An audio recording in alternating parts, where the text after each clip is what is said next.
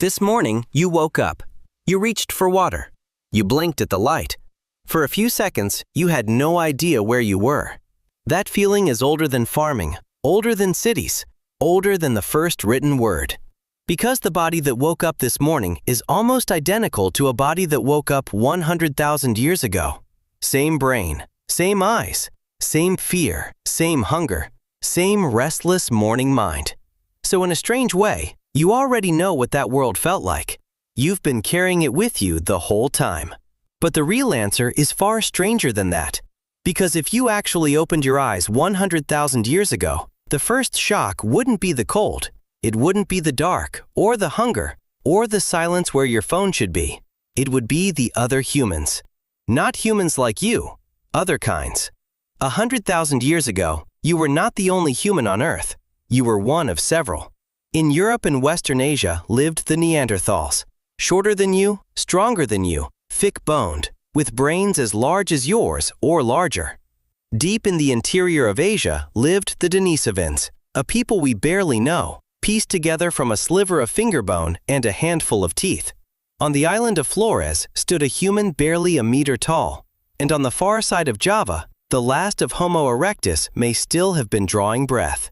You would have walked into a planet crowded with humans who were not you. How do we know any of this? We know because of a Swedish scientist named Svante Pääbo, who spent decades doing something most people thought was flatly impossible, pulling readable DNA out of bones tens of thousands of years old. In 2010, his team published the first draft of the Neanderthal genome. In 2022, he won the Nobel Prize for it. And hidden inside that ancient code was a secret that lives inside you. Your ancestors didn't just meet these other humans, they had children with them. If your roots trace outside Africa, a small slice of your DNA, often around 2%, is Neanderthal. Some people carry Denisovan DNA too. In a quiet genetic sense, you are a hybrid, a blend of humankinds that no longer exist. Now picture the morning itself. You wake beside a fire that never fully went out. Someone tended it through the night, feeding it in the dark, because by 100,000 years ago, fire was not a luxury. It was the center of everything. The Harvard biologist Richard Wrangham argues that fire remade the human body from the inside out. Cooking breaks food down before it ever reaches your stomach, releasing calories that raw food locks away. That extra fuel let the gut shrink and the brain balloon. Your soft teeth, your short intestines, your enormous, hungry brain. Wrangham's case is that they only make sense in an animal that cooks. So the fire beside you isn't just warmth, it's the reason you can think at all. Would you even have known how to keep it burning?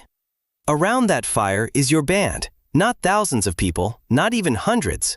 A few dozen maybe, threaded into a wider web of faces you'd see only now and then. The anthropologist Robin Dunbar noticed something strange about brains like yours. The size of the thinking part of the brain, the neocortex, the wrinkled outer layer that runs planning and social life, seems to track how many relationships a primate can juggle. For humans, the number lands around 150. 150 faces, names, favors, and grudges. That is the size of world your mind was built to hold. Now look at your life today. Thousands of faces scroll past you before lunch. Strangers in traffic, strangers online, strangers in a feed that never ends. Your ancient social brain tries to track every one of them, as if any might be the person sitting beside you at tonight's fire. No wonder you're tired. You are running band-sized software on a planet of 8 billion. But here is the part that should give you chills. 100,000 years ago, in a cave on the southern coast of Africa, someone sat down and made art. The archaeologist Christopher Henshelwood excavated that cave, called Blombos, and found something that rewrote the story of the human mind. A toolkit for making paint. Ground red ochre, stored inside abalone shells, mixed by hand roughly 100,000 years ago. Deeper into the same site, later layers held chunks of ochre carefully scratched with cross-hatched lines, patterns you cannot eat, patterns that will not keep you warm.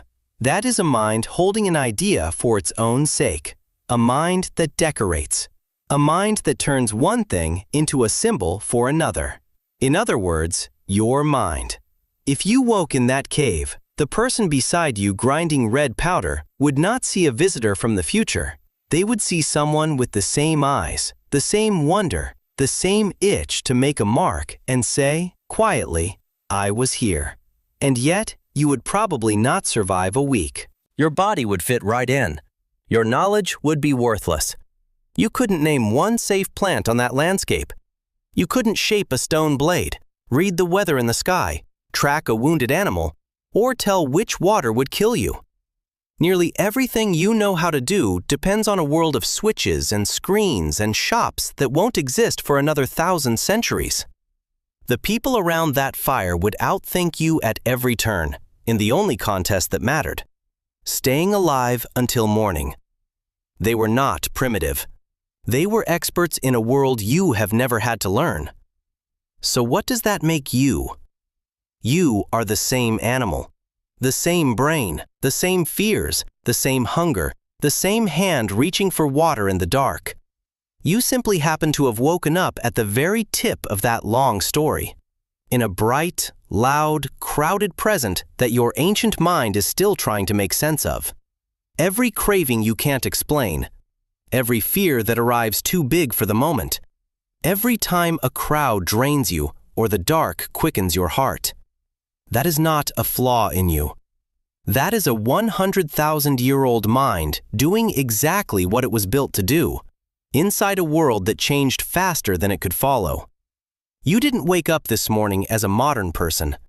You woke up as an ancient one, who simply opened their eyes in the future. Thank you for watching. Like, comment, subscribe. Next time, another ordinary thing your brain has been quietly editing behind your back.